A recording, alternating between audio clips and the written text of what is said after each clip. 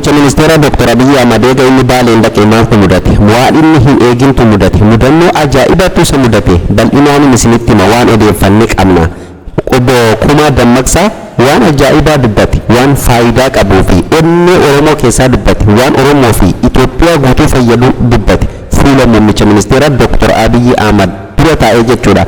Akkasumallee namni dhiiga Oromoo dhugaa ture obbo Geetaachoo Raddaa kan yeroo dheeraaf muummicha ministeeraatiin kokkee wal qabaa turan muummicha ministeeraa waliin gara Baalee imalanii holqa Soofumar daawwatanii ani waan akkana addunyaa irratti argee hin beeku jechuun waan addaa dubbate achirratti Geetaachoo Raddaallee mee kanallee isinitti hima. Muummichi ministeeraa maaliif Geetaachoo Raddaa bakka hedduu geessaa jira maaliif jalaan deema leenciti isaatiin isinitti hima. Akkasumas mootummaa maaliif waan kana naannoo Shimallis Abdiisaa Dabalaa dubbate hin qabu akkamitti daawwattootaaf qabatan Oromoo nama waliin gara chaanala keenya bakka jechuudha caaltuu sisiisaa godhaa miseensa maatii keenya dabalamaa guyyaa guyyaan odeeffannoo qasaalee galataa dhumaa fuula yuutuubii Oromiyaan irraa shawaan argan jechuudha batee jechuudha. Qabarratti daawwattoota keenya mee waa'ee mudannoo Dr. Abiy Ahmed mudate kanan isinitti hima jechuudha. Abiyyiin akkuma beekamu yeroo baay'ee namoonni ni deemu waliin deemu namoota isaaf bulan namoota isaaf bitaman akkasumallee namoota isaaf amanamoo ta'anidha jechuudha kan inni waliin imala deemu yeroo baay'ee jechuudha. Kana irratti maaltu isa mudate eega inni Baaleen dhaqee Baaleen faarsee Baaleen maal godhe holqa Soofumar dhaqee boodaan jechuudha. Haasaa wayii godhanii turan jechuudha namoota gurguddaa wajjin deeme jechuudha. Kan irratti obbo Kumaa Dammaqsaa jechuudha waan addaa dubbate dhugaa rabbii waan addaa waan garaa hawaasa hunda keessa taatee jirtu dubbatee jechuudha waan importantii taatee dubbate jechuudha. Mee viidiyoo isaa kana dhaggeeffannee walitti deebina. ለምንድን ነው መሳሪያ የሚያነሳው ሰው ሐሳቡን በነጻነት መግለጽ የማይችል ከሆነ መጠየቅ የማይችል ከሆነ ስለተናገረ የሚገደል ከሆነ መብቱን ለማክበር መሳሪያ ማንሳት አለበት። አንስቷል ባሌ በዚህ ዘመን ዛሬ እኔ እንደሚገባኝ እስከማውቀው ድረስ ባሌ ደግሞ ሰላምን መርጦ ሰላም ነው ይሄ ዞን ትልቅ ምሳሌ ነው። በዚህ እኔ የኢትዮጵያ ሕዝብም ፓርቲውም መንግስትም በከፍተኛ ደረጃ ማውገዝ ያለብን ይሄንን የጀመርነው እናስቀጥል ከተባለ የጥይት ቶክስ መቆም አለበት። ይሄንን ህዝቡ በዋናነት መውሰድ አለበት ብዬ አምናለሁ። እሱ ከሆነ እቺ ሀገር ተስፋ አላት፣ ታሪካችን ይቀየራል። ስለዚህ አንዱ በዚህ አጋጣሚ መናገር የምፈልገው ይሄንን ነው። በሁለተኛ ደረጃ የሚሰሩ ስራዎች ተጠናክሮ እንዳይቀጥሉ ከግራና ከቀኝ የሚመጡ አሉታዊ አስተሳሰብ አሉታዊ ወሬዎች እርሶም ፓርቲውም ብዙ ለዚህ ቦታ የሚሰጥ አይመስለኝም። ከዚህ በላይም ቦታ መስጠት የለብንም ብዬ አምናለሁ። ምክንያቱም የሚታይ የሚዳሰስ ነገር ሌላ ትርጉም ሲሰጠው ታያለ። ይሄ ነው የሚጎላው። ይሄ አይጠቅምም፣ ለማንም አይጠቅም። መጨረሻ ላይ ማንሳት እንፈልገው ብዙ ጊዜ አንዳንድ ነገሮች ይጀመሩና እርካታ ይመጣል። ገና ነው ጅምሩ ተስፋ አለው ብለን ስንል እርካታ ግን መኖር የለበትም፣ እንቅፋት ነው የሚሆነው። ገና ብዙ ነገር አለ፣ ገና ብዙ ፈተና አለ፣ ገና ብዙ መንገድ አለ።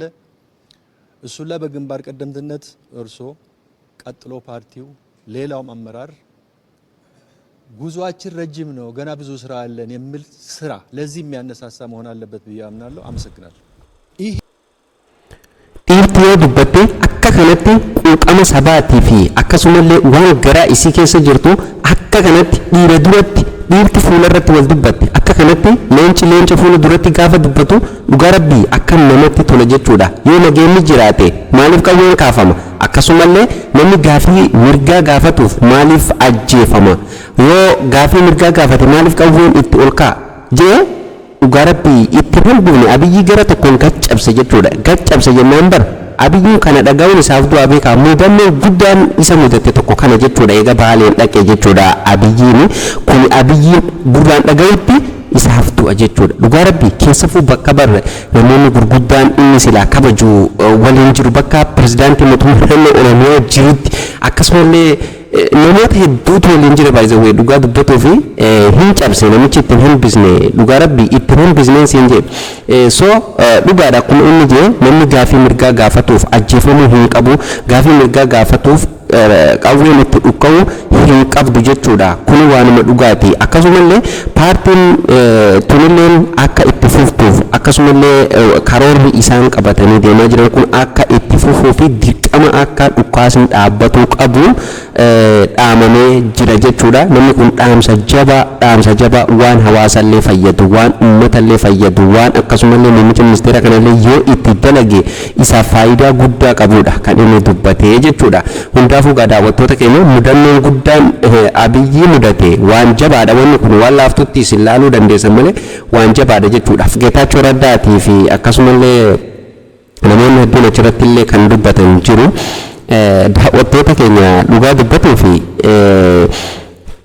Tigraay yeroo muummicha ministeeraatiin kokkee wal qabduutti namni hanga Geetaachoo Raddaa kana muummicha ministeeraa kana xiqqeesse, muummicha ministeeraa kana hangam takka gadi cabsee bakka namaa gadi bari nama waan biraa godheeti. Abiyyiin ijoollee nu kalee reediyoon ergataa turree jedhe viidiyoon isaa jirti jechuudha. Ijoollee nu kalee reediyoon ergaa turreetu har'a immoo maal jedha abadan du'een bada malee paartii Abiyyii jalatti hin buluu jee. Paartiin Abiyyii paartii duriyyeetii jee bara. Paartiin Abiyyiin jaarrate paartii duriyyee paartii dhuunfaatii nama jedhe arrabsaa ture. Har'a garuu ufitti aansee dhiiga ofi anka jedhu bara Oromummaan keenya kun jechuun yeroo hedduu alagaa fira godhataa bara. Alagaa fira godhataa argitanii isin waan kana adda baafattanii.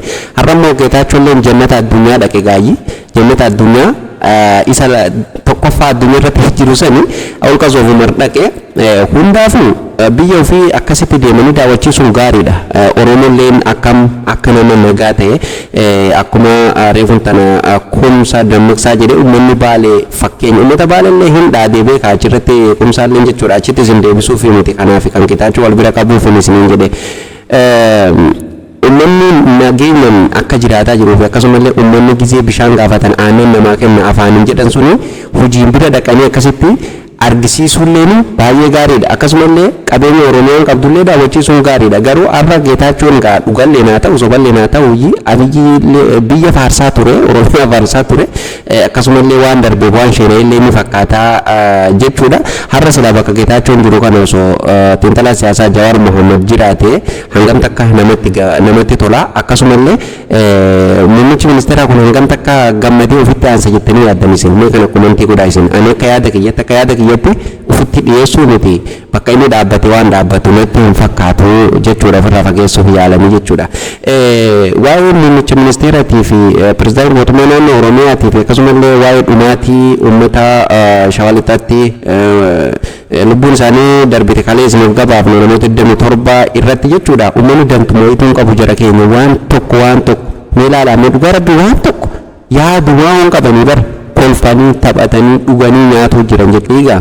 Baaleen keessa walii gadi bashannanu jiran uummanni Baalee kami, uummanni Shawaa kami, uummanni Wallaggaa kami hundinuu Oromoon tokkuma. Silaa uummanni keenya waliif dirmate warreen aangoo qabulleen silaa akkanatti hin taphatanii jechuudha. Uummanni keenya immoo akkuma beekamu waliin galu yoo kun asiin kan akkas kun asiin akkana jaa gaafa asiin kun hiriira bahu gaafa kun asiin hiriira bahu kun asiin nyaachisee obaasa kun asiin immoo bashannana.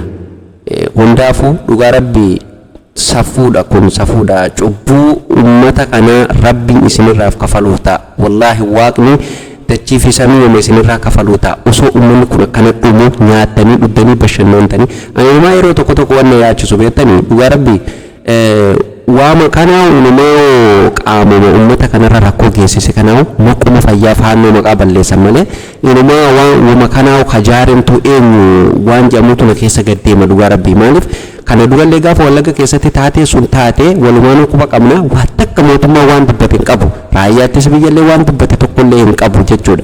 Dhugaa rabbii har'allee gaafa Salaalee keessatti rakkoon dila sanii ta'ee waan tokko dubbatamee hin jiru jechuudha. Gaafa har'aa kanallee maqaa shanee fi faannoodha. Shanee amma bulchaan naannoo sanillee maal jedhaa ture dhiyootan jechuudha. Gaafa namni 27 rakkoon hangas gahu sun ga'e jechuudha. Hulaa shanee balbala shaneen banteen diinni seenee uummata keenya galaafataa jira jedhe. Shaneemarraa isaan yoo du'anillee shanee mayyaanii jechuudha.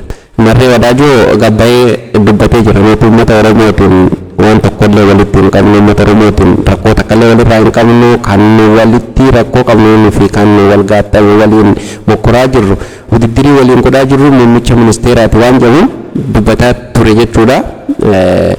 sanyummaa fi maalummaa hin qabnu kanallee jechi sunillee waa fudhatama hin qabu ibsisaan baasanillee fudhatama hin qabu haa ta'u garuu diina maqaa balleessuufu keenyayyuu waliin rifatu keenyayyuu saba ofii quban qabu mana ofii quban qabu qe'ee ofii quban qabu maal goona an barratti arraba dheeranna ka jedhu murteeffannee ofirraa dhiifne jechuudha. Egaan daawwattoota fi kabajamtoota keenya uummata keenya rabbi haa birmatuu fi namni waan danda'uun sagalee waliif ta'a gargaarsas taana nama danda'amee waan danda'amuun wal gargaaruun aadaa haa godhannu isin jechuu barbaada daawwattoota keenya. Egaa oduuf odeessaaleen keenya kanarraa asumarratti kan goolabamu ta'a jechuudha daawwattoota keenya. Viidiyoo biraatiin hamma walitti deebinutti chaanala keenyaaf namoonni haaraa taatan sabiskiraayib godhaa nagatti.